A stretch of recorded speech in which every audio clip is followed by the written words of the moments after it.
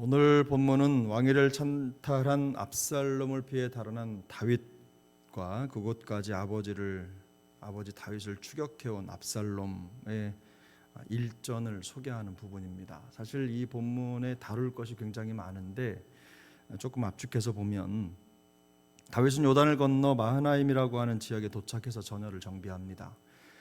군대 모병을 마쳤죠. 마치군 압살롬도 대군을 이끌고 아마사라고 하는 사람을 군 지휘관으로 삼고 이제 요단을 건너서 지금으로 생각해 보면 요르단이죠. 북쪽에 다윗보다 북쪽에 진을 쳤습니다. 그리고 다윗의 앞길을 막고 퇴로를 막은 거죠. 근데 이 지휘관이 요압의 사촌입니다. 요압의 이모의 아들인데 요압 압살롬의 입장에서는 이렇게 혈연 관계를 이용해서 군 지휘관을 삼고 아마도 여러 가지 인간적인 계책을 준비했으리라 생각합니다. 요압의 마음을 흔들고 또 다윗의 군대 장관이었던 요압의 마음을 흔들어서 그 전열을 조금 복잡하게 만들 가능성도 있겠다라는 심산이 있었던 것으로 보입니다. 어느 정도 요압과의 혈연 관계를 고려했을 것입니다. 사실 규모로 볼 때 압살롬의 이스라엘 전체 군대와 다윗의 군대는 비교할 수가 없습니다. 마치 다윗과 골리앗을 그 상황을 연상하게 하는 그 대군과 지역 부대 정도 하나의 모습이겠죠. 엄청나게 큰 비대칭 상황이라는 겁니다. 근데 놀랍게도 성경을 읽으면서 우리가 계속 머릿속에 염두에 두어야 되는 내용이 바로 그건데 이 상황을 하나님이 만드셨다는 겁니다. 우리가 한 2, 3일 전에 보았던 본문에 보면 17장 14절에 보면 이런 말씀이 있어요. 압살롬과 온 이스라엘 사람들이 이르되 아렉 사람 후세의 계략은 아히도벨의 계략보다 낫다 하니 이는 여호와께서 압살롬에게 화를 내리려 하사 아히도벨의 좋은 계략을 물리치라고 명령하셨습니다.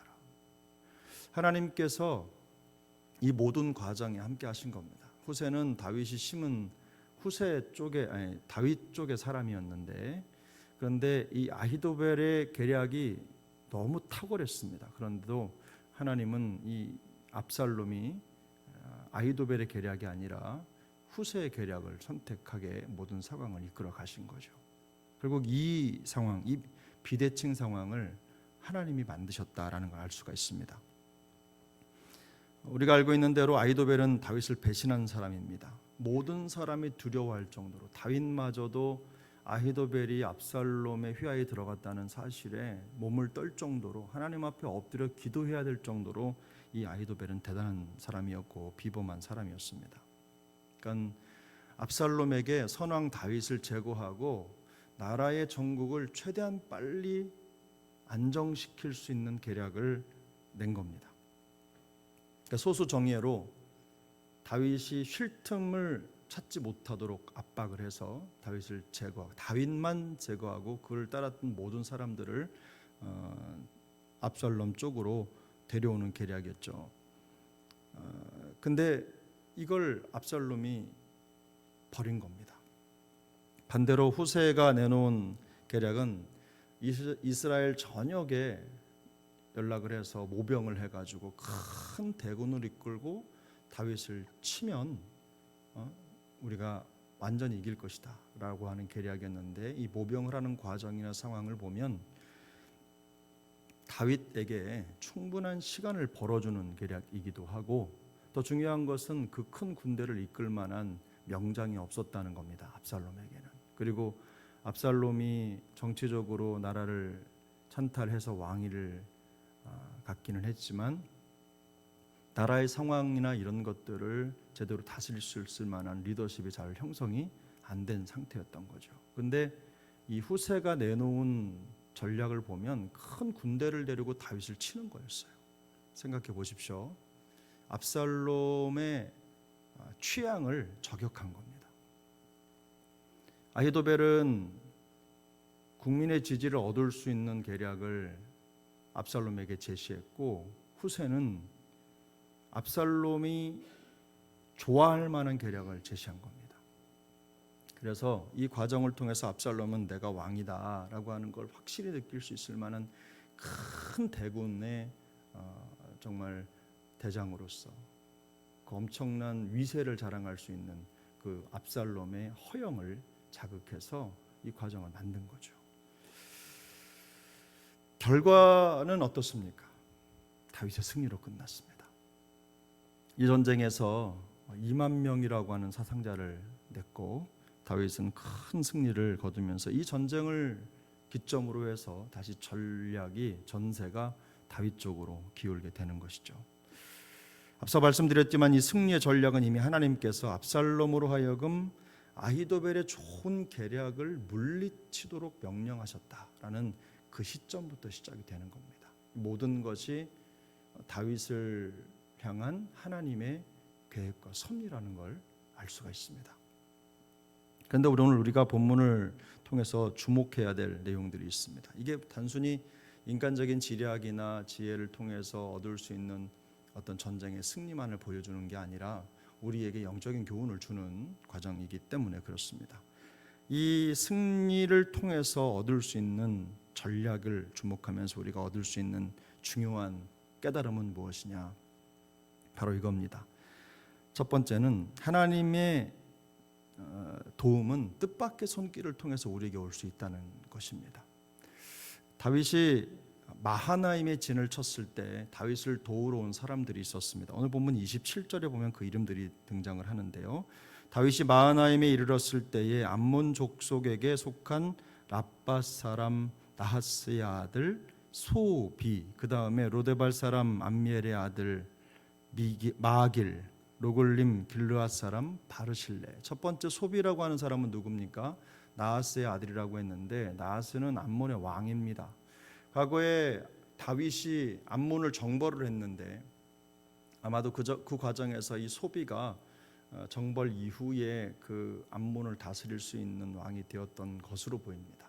그 모든 과정을 생각해 보면 소비는 다윗에게 있어서는 원수 같은 사람입니다. 자기 민족을 정벌하고 어렵게 했으니까 힘든 사람인데 지금은 다윗을 돕는 조력자로 등장을 하고 있죠. 마길은 어떻습니까? 마길은 그 역사를 따져보면 사울 왕가를 도왔던 사울과 매우 밀접한 사람입니다. 그러다 보니 이 마길 역시도 다윗에게 대해서 좋은 감정을 가지고 있을 가능성이 오히려 적은 것이죠. 바르실레는 어떤 사람입니까? 노구죠. 나이가 많은 분이었는데 부자라고 합니다. 다윗과는 아무런 상관이 없고 정치적인 환경과 상황을 잘 고려해서 자기의 안위를 먼저 생각해야 될 위치에 있는 겁니다. 그런데 놀랍게도 지금 위기에 빠진 다윗에게 이 소비와 마길과 바르실레가 도움이 되는 것입니다. 하나님께서 이 일을 어디에서 이루셨느냐? 마하나임에서 이루셨다는 거죠. 다윗은 정말 뜻밖의 도움을 지금 받은 겁니다. 이 과정에서 하나님의 사람 다윗은 자기 주변에서 일어나고 있는 이런 일들을 통해서 하나님의 놀라운 섭리를 깨닫습니다. 거기에 바로 두 번째 교훈이 담겨 있는데요. 이겁니다. 난관 속에서도 하나님의 보호를 확신하는 것입니다. 이것이 다윗이 정말 예상치 못했던 뜻밖의 도움의 사람들을 통해서 깨닫게 된 하나님의 어떤 섭리였습니다. 24절을 보겠습니다.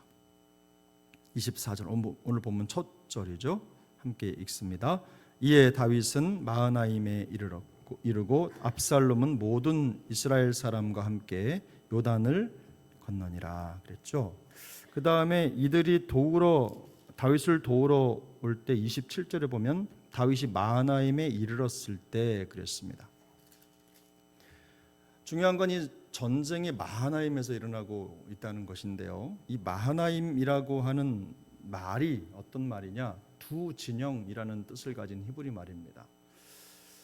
우리가 마하나임을 기억할 때 어떻게 기억하냐면 야곱이 20년 동안 밧단 아람에서 살다가 다시 가나안으로 들어갈 때 여호와의 사자와 씨름했던 야복강가, 거기가 바로 마하나임입니다.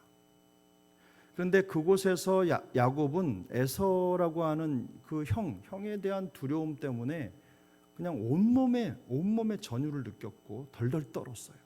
그 두려움을 가지고 이 야복강가에서, 야복 나루터에서 하나님의 사자와 씨름했던 그 야곱과 함께했던 여호와의 사자가 야곱과의 그 일전을 치른 후에 그곳을 뭐라고 불렀냐면 마하나임이라고 불렀습니다. 이름을 지어준 거죠. 그래서 이 마하나임이라고 하는 뜻이 두 진영인데, 앞은 그 현실입니다. 내가 처한 현실, 내가 겪을 수 있는 내 처지, 상황, 이런 것들이죠. 야곱에게 있어서는 그 두려움, 죽을지도 모른다는 그런 모든 상황들. 근데 두 번째 진영은 무엇이냐? 보이지 않는 하나님의 군대가 너를 돕고 있다. 너를 지킨다. 하나님이 너를 떠나지 않아 하신다. 너와 함께 하신다. 하나님이 너의 진정한 보호자가 되신다. 이걸 야곱이 이곳에서 깨달은 겁니다. 놀랍게도 이 전투가 진행되는 모든 과정의 현장이 마하나임이라는 것입니다. 마하나임. 지금 다윗이 어떤 현실에 놓여 있습니까? 현실적으로 압살롬의 군대를 맞이해야 될 상황에 놓여 있습니다.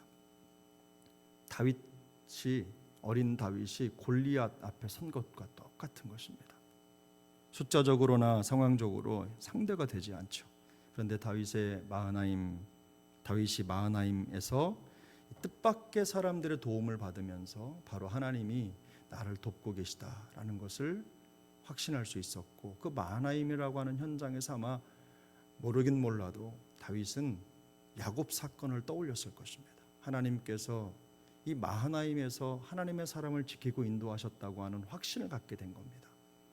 그리고 하나님의 도움을 마음속에 생각하고 그 섭리 속에 깊이 들어가는 것입니다. 다윗이 압살롬의 군대를 격파한 이 마하나임 전투의 현장을 가만히 생각해 보면 바로 오늘날 우리 세상에서 우리가 세상의 위협 앞에 살아갈 때 성도가 세상과의 관계 속에서 이 비대칭의 전쟁 상황, 전투 상황, 영적인 위협과 상황, 이 모든 것들이 우리와 너무 닮았다는 것이죠. 내 상황은 초라하고 무력해 보이지만 우리 뒤에서 우리를 지키시고 인도하시고 우리를 보호하시는 하나님의 능력은 크신 줄 믿습니다. 바로 그것이 마하나임이 우리에게 주는 교훈이에요. 이것이 바로 성도를 위한 마하나임이라는 겁니다. 우리가 처한 고난이나 현실의 어려움이 아무리 크고 위협적이라 하더라도 우리를 둘러싸고 보호하시는 하나님의 현실보다 크지 않다는 것입니다. 하나님의 세계보다 크지 않다는 거예요. 하나님의 도움보다 크지 않다는 겁니다. 그런 확신과 믿음이 우리 시대, 우리 그리스도인들에게 있어서는 마하나임입니다.